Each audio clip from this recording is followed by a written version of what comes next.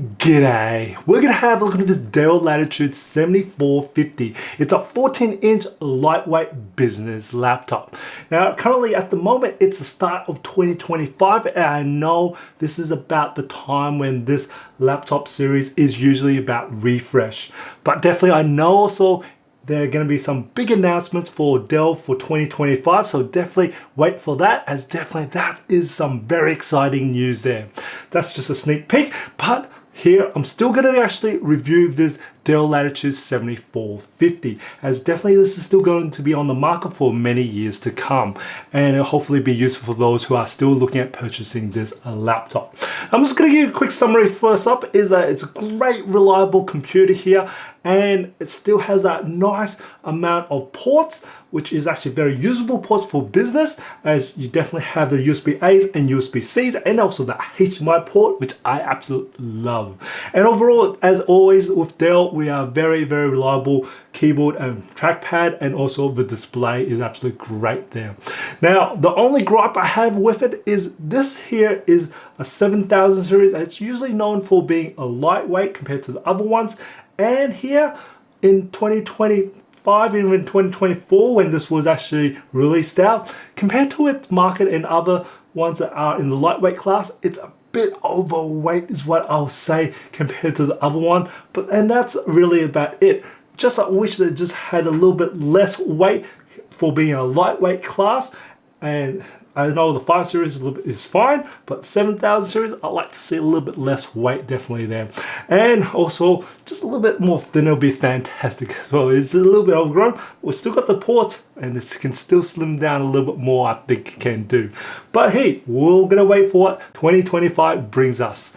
Now, as always, I'm looking at the temperatures and fan notes, look at some of the features, and I will be putting timestamps along this video so you can skip to different sections. It may be interesting to save you time. Now, first off, as always, I will be looking at the specs of the computer. Now, with the processor wise, it is using the Intel Core Ultra. Now, this is Series 1, so you can get anywhere between the Core Ultra 5 or the Core Ultra 7.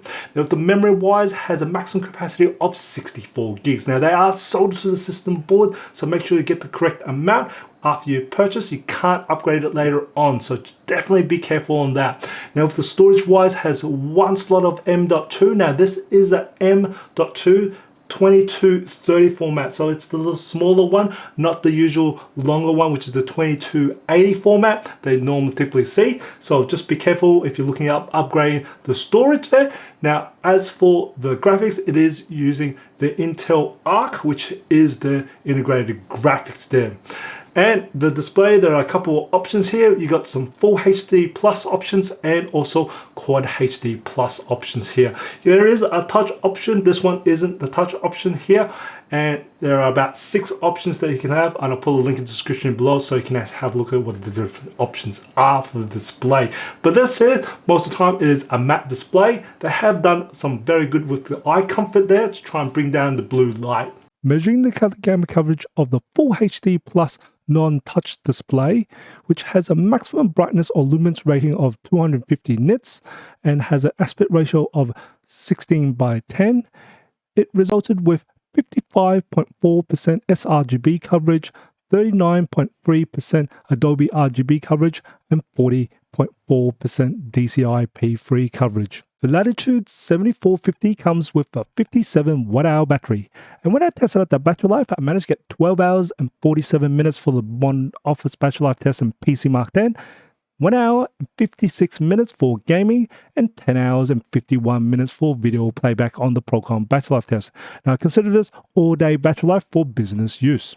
Looking at temperatures and fan noise, when I took my measurement, the ambient temperature room was 24 degrees Celsius. And just to give you an idea how hot or how cool this laptop could be, my hand was measuring around about 37 degrees Celsius at this room temperature. So I took my base measurement where the computer was idle and the hottest air around the keyboard measured a maximum of 37 degrees Celsius. And as for the fan noise, it was pretty much silent at 35 decibels, and the average internal core temperature was 42 degrees Celsius.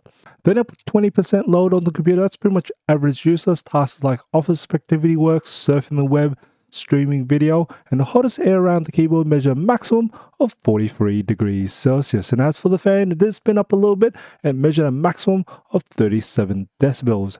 And average internal core temperature was 56 degrees Celsius. Then I put 50% load in balance mode, and the hottest air around the keyboard measured a maximum of 42 degrees Celsius. And as for the fan, this been up a little bit and measured in at maximum of 38 decibels, and the average internal core temperature was 64 degrees Celsius.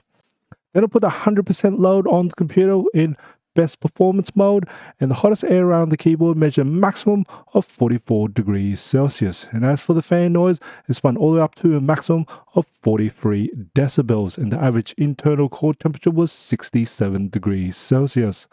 While I had 100% load, I put the computer in ultra performance in the Dell optimizer to allow the computer to run at its maximum potential. And the hottest air around the keyboard measured a maximum of 46 degrees Celsius. And as for the fan noise, it did spin up to a maximum of 48 decibels, which was not crazy loud at all. And the average internal core temperature was 88 degrees Celsius. I also measured the bottom back cover while I had 100% load, and the hottest air around the bottom back cover measure a maximum of 39 degrees Celsius. Overall, the temperatures is kept quite controlled, and the actual fan noise is usually tried to keep to a minimum, but still there is a bit of sound and it progresses with different loads.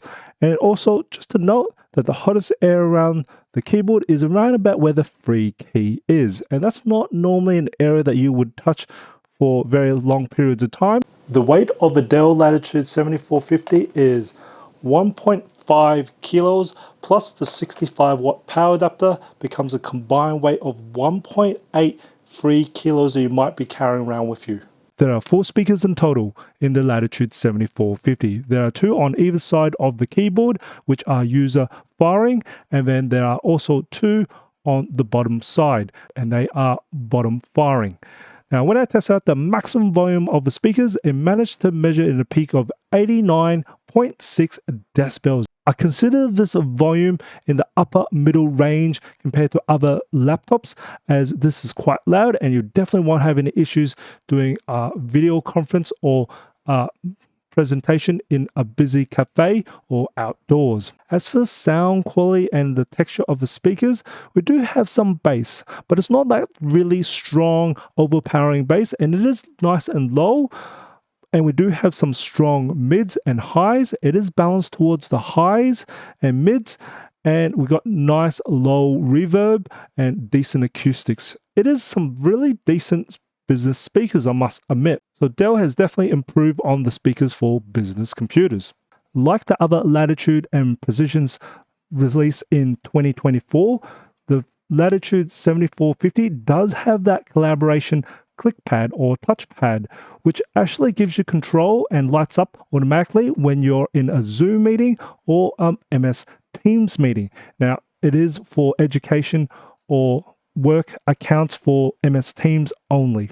I demonstrated the collaboration touchpad in operation in another video, so I'll put a link in the description below so you can actually have a look at it after this video. Now we're going to test out how structurally strong the Latitude 7450 is. We're going to first start off with the keyboard flex, see how much there is.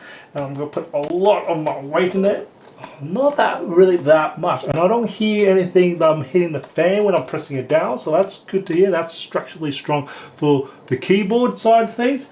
And we're going to quickly do the bend test here. So, I'm just really twisting it here. So that's great. As definitely see that being nice, structurally strong. I know this is very serviceable here, so definitely able to last and take the punishment that most business will actually take upon for these here.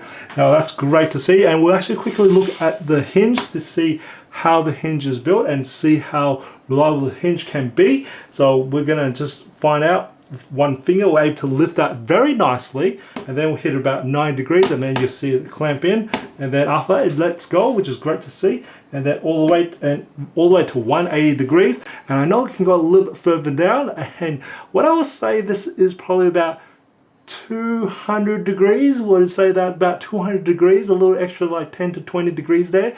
So I'll say it's about 200 degrees, which is absolutely fantastic to see. I don't really see that often to go a little bit more than 180 degrees, but this is able to do to 100 degrees. And I'm just going to quickly do the wiggle test here so you can see See if it actually let goes here, but it is clamping very, very well here. So that's clamping, that's not letting go when in my wiggle test. So that's great to see here. So that's great. Now they are hinged on two areas here, and we definitely have a little bit of rubber bit at the very end on the top end of the edge. As I know what happens is as it goes down, it will lift the bottom part of the rear end up a little bit here, so it's able to get some cool air and not let the actual hot air dry back downwards as the actual exhaust is behind the hinge.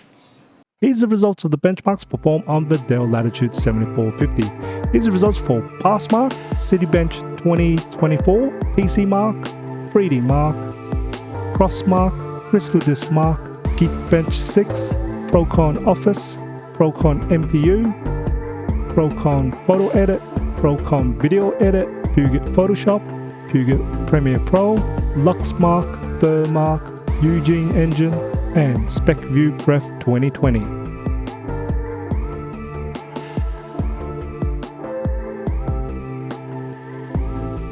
Have a quick look at the internals of a Latitude 7450. We've got the 57 watt-hour battery at the bottom here. We've got the battery connector right here.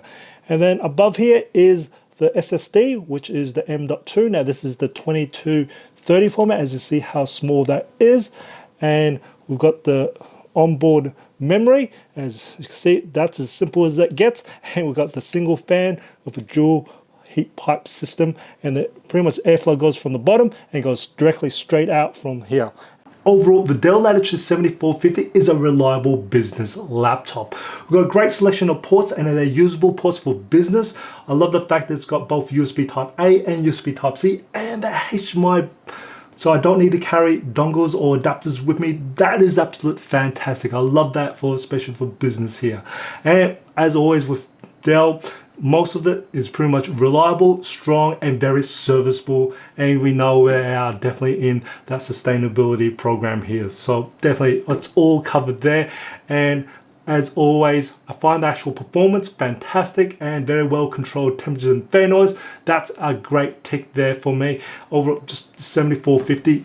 Can't go wrong there for a business laptop. The only thing I can say is I just wish it dropped its weight a little bit, as this is the lightweight class and it's just a little bit overweight compared to the other. But still, this is a great, reliable business laptop. Now, I hope you found this video informative and enjoyed it. If you did, support my channel, smash that like button for me, share this video, it does help me out. And as always, imperfections in life makes it beautiful and interesting. And I'll see you next video.